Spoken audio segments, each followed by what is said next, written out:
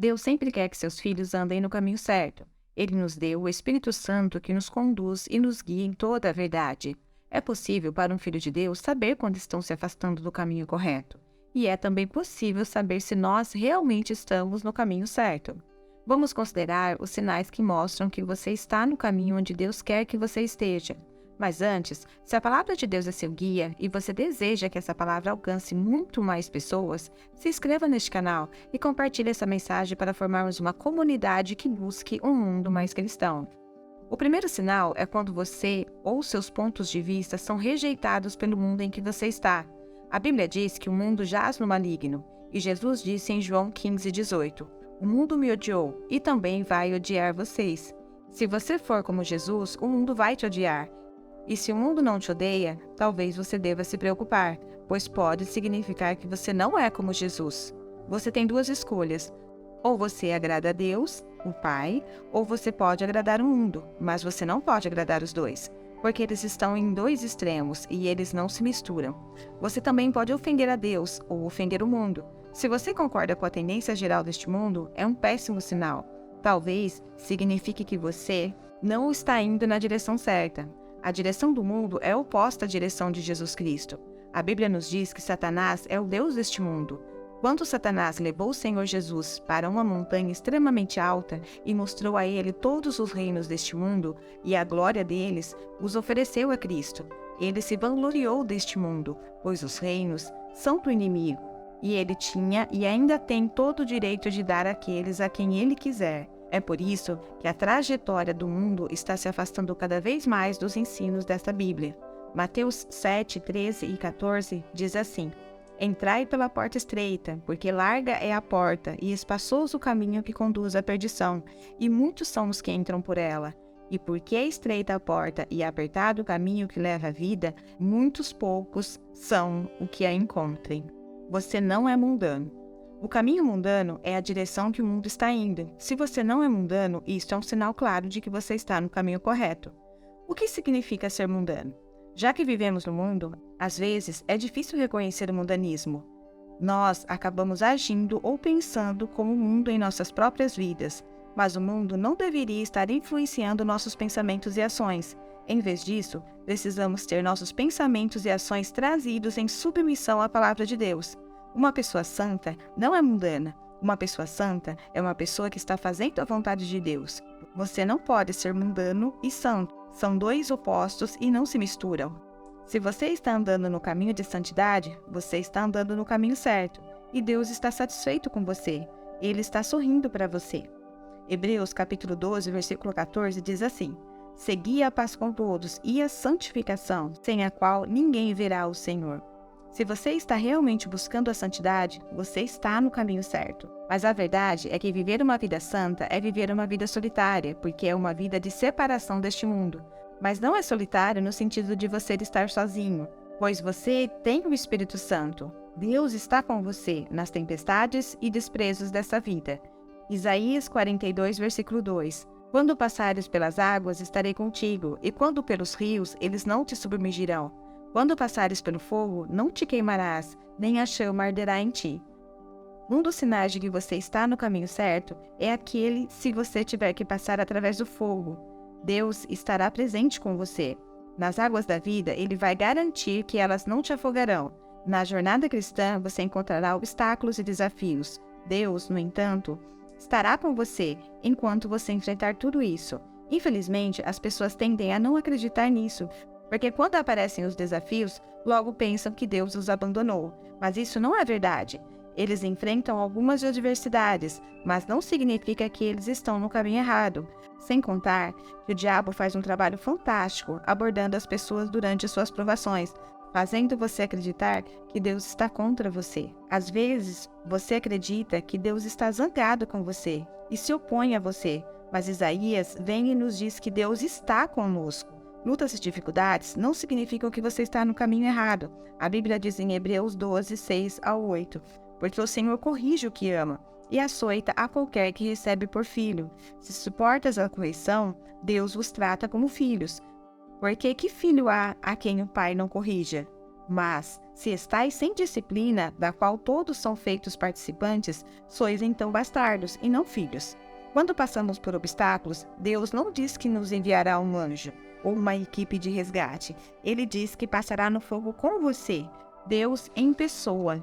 As vitórias sobre os obstáculos da vida são provas seguras de que você está andando de acordo com o caminho que Deus traçou para a sua vida. Deus trabalhou por você. Ele mesmo estava com você. Jó é descrito como um homem perfeito e reto. Se você olhar para o homem do capítulo 1 e depois para o homem do capítulo 42, verá que é uma pessoa completamente diferente do homem que ele era no início do livro de Jó. Ele conhecia Deus apenas de ouvir falar. Escuta-me, pois havias dito, e eu falarei, e eu te perguntarei, e tu me ensinarás. Eu te conhecia só de ouvir falar, mas agora os meus olhos te veem. Por isso, me abomino e me arrependo no pó e na cinza. Jó, capítulo 42, versículo 1 e 6. Sei que existem algumas coisas sobre Deus que você só pode aprender através do sofrimento. A singular ambição do apóstolo Paulo, em vida, era conhecer Jesus Cristo, porque para mim o viver é Cristo e o morrer é ganho. Filipenses, capítulo 1, versículo 21. Paulo queria se conectar com Jesus no nível mais próximo possível, com ele e com o poder de sua ressurreição, e na comunhão de seus sofrimentos. Como você pode conhecer a Jesus, saber que Deus está com você, se você nunca passou por tristeza nessa vida? Provações e tribulações não significa que você está no caminho errado, especialmente quando você sai do outro lado, como Jó e Paulo, transformados pela graça de Deus. Existem alguns de vocês que estão me ouvindo agora que passaram pelas maiores fornalhas da vida. Você passou pelas águas da vida. Você passou pelas tempestades da vida. E ainda assim, você sabe lá no seu coração que Deus estava com você. Paz absoluta. Você já notou a transição em Salmos 23? Quando Davi, falando sobre Deus, diz: "O Senhor é meu pastor, nada me faltará. Deitar-me faz em verdes pastos. Guia-me mansamente às águas tranquilas. Refrigera minha alma. Guie-me pelas veredas da justiça, por amor do seu nome." E então, no versículo 4, a mudança acontece. Ainda que eu andasse pelo vale da sombra da morte, não temeria mal algum, porque tu estás comigo, e a tua vara e o teu cajado me consolam. O fato de estar no caminho certo não significa que você não vai experimentar desafios, mas a verdade é que você terá a paz que supera todo o entendimento. Você se lembra quando Jesus estava dormindo em um barco, sendo espancado por uma tempestade? Você experimentará o mesmo quando estiver no caminho certo. Independentemente de quão terrível a tempestade, você pode dormir tranquilo e ter a certeza de que Deus está levando você a um lugar seguro. Você tem grande confiança quando sabe que Deus é quem te guia.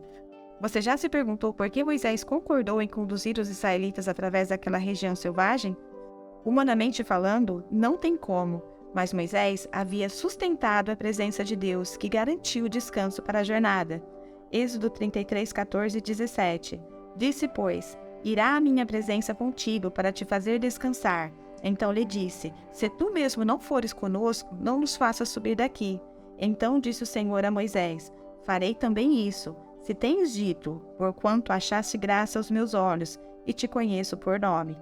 Filipenses 4, 7. E a paz de Deus, que excede todo o entendimento, deve manter seus corações e mentes através de Jesus Cristo. Você é comprometido com os padrões divinos, e chamando-os, disseram-lhes que absolutamente não falassem, nem ensinassem no nome de Jesus. Respondendo, porém, Pedro e João lhes disseram: "Julgai em vós se é justo, diante de Deus, ouvir-nos antes a vós do que a Deus, porque não podemos deixar de falar do que temos visto e ouvido." Atos capítulo 4, versículo 18 a 20. Você pode ter que enfrentar algumas ameaças com o avanço de sua jornada de fé. Isso é particularmente verdadeiro para aqueles que escolhem o caminho da retidão. Muitas vezes, os padrões deste mundo poderão fazer pressão sobre os padrões cristãos para comprometer sua fé e os corretos preceitos bíblicos. Escolhendo permanecer firmes em Cristo e recusando-se a comprometer seu padrão de fé e graça, significa que você está andando no caminho certo. O Sermão da Montanha é de fato uma mensagem de paz, já que apela ao indivíduo um compromisso radical com o próprio Jesus. É uma mensagem de paz que divide entre quem o escolhe e aquele que o rejeita. Em termos muito fortes, Jesus explicou que o discípulo deve amar e seguir a Jesus. supremamente. Nossa devoção a Jesus deve vir acima de qualquer coisa. Daniel recusou-se a contaminar-se com a refeição do rei da Babilônia. Os 3 hebreus preferiram morrer a se encurvar à imagem de Nabucodonosor. Estes homens eram perseguidos por defenderem sua fé em Deus, mas eles tinham certeza de andar no caminho correto. Felizmente, todos eles tiveram fins gloriosos. Você pode ser como eles também, e isso é uma verdade bíblica. A verdadeira fé não deixa espaço para negociações. A verdadeira fé grita que Deus seja verdadeiro e todo homem um mentiroso, já que todos pecamos e destituídos fomos da glória de Deus. Romanos capítulo 3, versículo 23. Que Deus possa te abençoar e fique com Deus.